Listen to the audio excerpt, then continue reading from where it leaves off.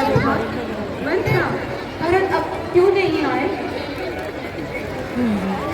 रानी अभी आते ही होंगे। मुझे समाचार मिला है कि वो नगर में पहुंच गए हैं।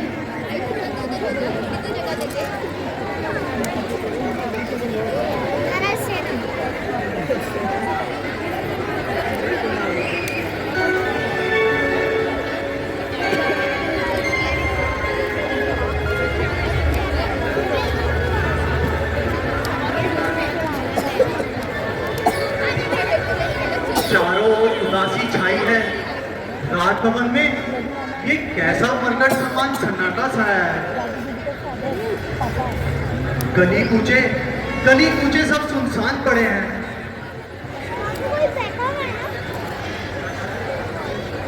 राशिरी, चलिए और आगे चलते हैं।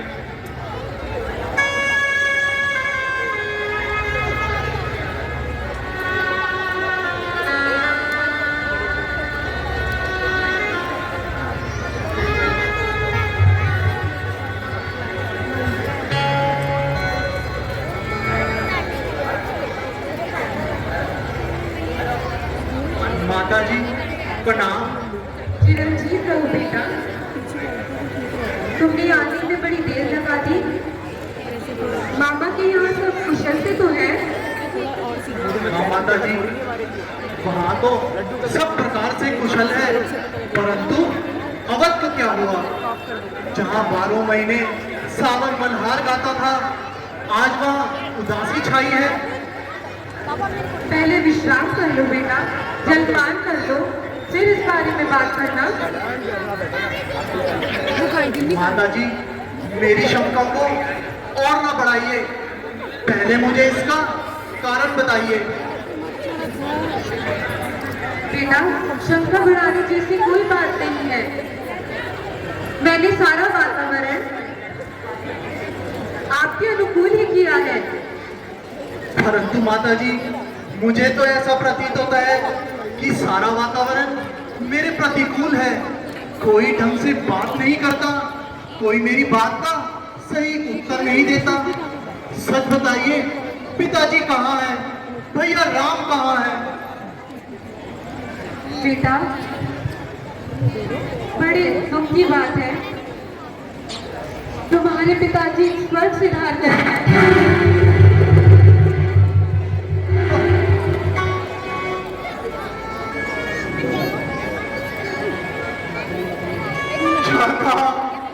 पिताजी का स्वर्गवास?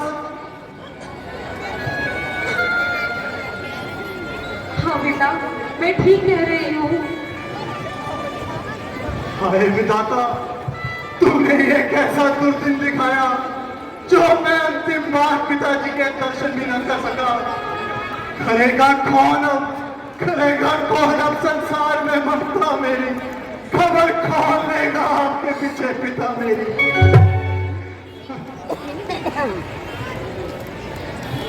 बेटा, मरना और जीना तो विधाता के हाथ में है। तुम जितना व्यथित रहोगे तुम उन्हें ही कष्ट पहुंचाओगे। ये देखिए, उनकी आत्मा को भी कष्ट होगा।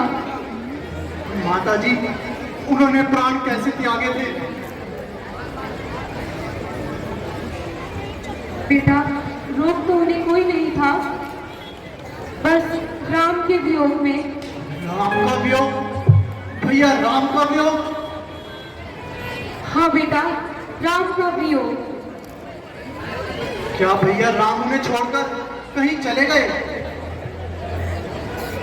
हाँ बेटा, वो 14 वर्ष के लिए वनवास को गए।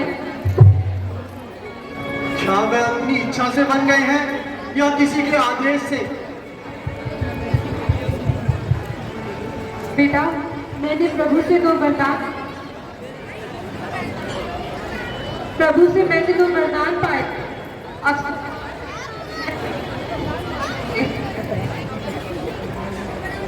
एक वरदान में मैंने तुम्हारे लिए राज तिलक और दूसरे में राम के लिए वनवास मांगा है। हाय हाय सर्वनाश! क्या वे अकेले ही बन गए हैं? नहीं बेटा, राम अभी उनके साथ गए हैं।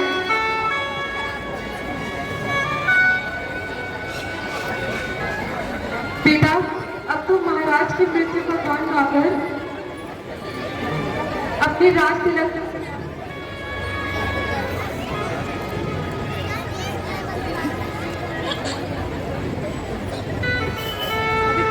मोह माया में अंधी ममता राजपाट के तराजू में सदा इंसाफ तुला है।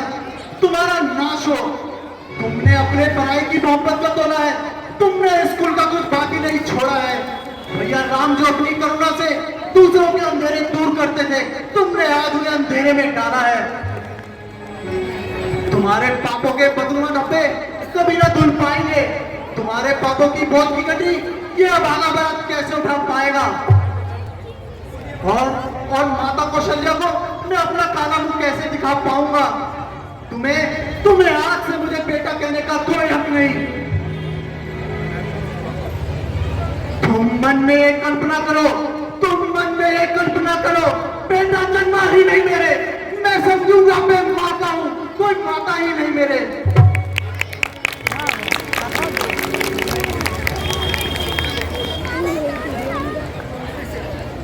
खामोश नादान,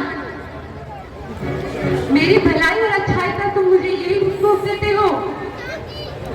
इस अन्याय को भलाई कहती हो, इस पाप को अच्छाई कहती हो। न्याय का पत्थर मेरी छाती पे मारकर भलाई जतलाती हो। तुमसे किसने कहा था कि जड़ को काटकर पत्तों को पानी देने से पेड़ बढ़ता है? मैंने तुम्हारी भलाई के लिए वरदान मांगा था। तूने भरत की मौत मांग ली होती ताकि वह सदा के लिए सुख की नींद सो गया होता। मेरी भाग्य विडंबना तो देखो, रघुकुल में मैंने जन्म लिया, राजा दशरथ जैसे चक्रवर्ती पिता मिले और सभी पर स्नेह लुटाने वाले भ्राता राम मिले, और इसी जन्म में ऐसी निर्दयी मां मिली। ये तुम क्या कह रहे हो बेटा? मैं तुम्हारे राज तिलक के लिए विधवा हुई, राम को वनवास भेजा और बदनाम भी हुई, सबकी नजरों में भी गिर गई। क्या मेरी सारी चेष्टा ऐसे ही जाएगी? क्या मंत्रा अपने परिश्रम का फल कभी नहीं पाएगी? दफा हो जा। तू कहां से आई थी? दूर हो जा मेरी नजरों से। अब इस राजमहल में तेरे लिए कोई जगह नहीं।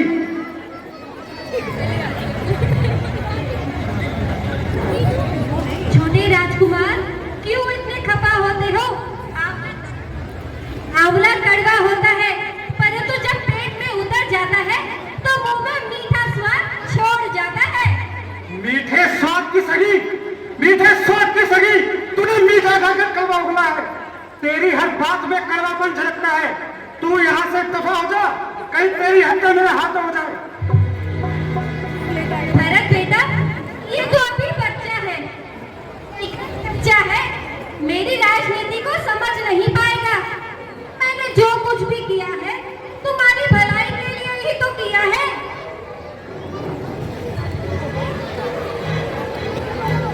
तुझे हमारी भलाई की सूझी है कुबरी? गिरते जली, अब हमें चलानी आई है। रघुकुल का चलता दीप बुझा, अब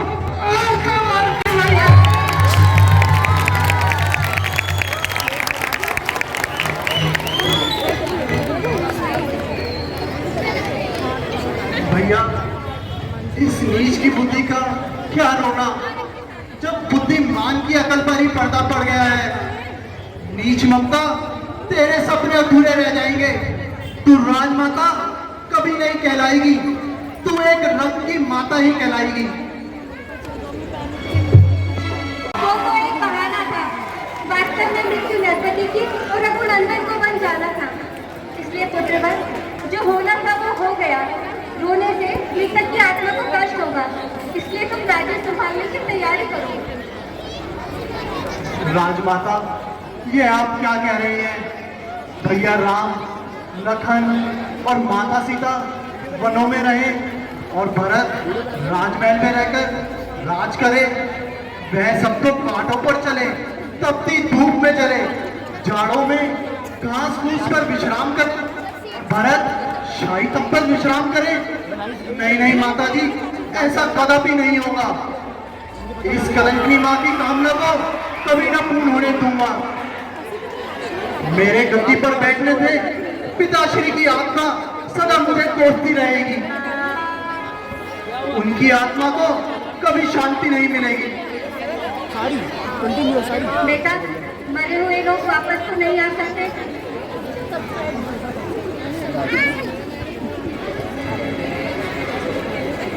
बेटा, जो इस जग से चला गया उसकी क्या सोच करनी। अब तुम उनके बारे में सोचो जो तुम्हारे सामने जीवित खड़े हैं।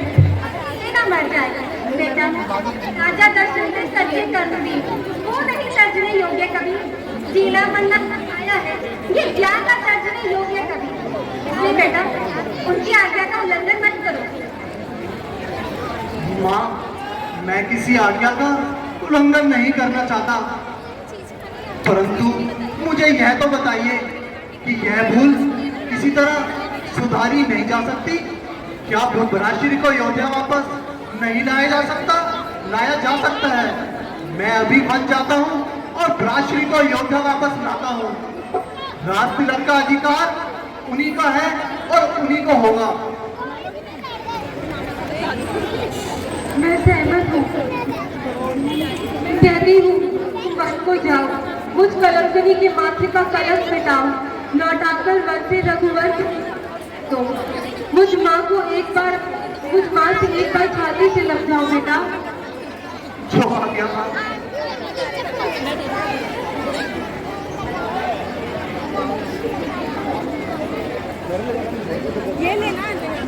इतिहास तुम्हारे वो जा रही है पीछे। जल्दी बैठ। सदा रहेगा। मेरे इतिहास मुझे कोसता रहेगा। शीघ्र ही वन चलने की तैयारी है। चलिए माता जी, अंधकार में हो गया दिन की तरह प्रकाश, मानो बादल छट गए, निर्मल हुआ आकाश। माता जी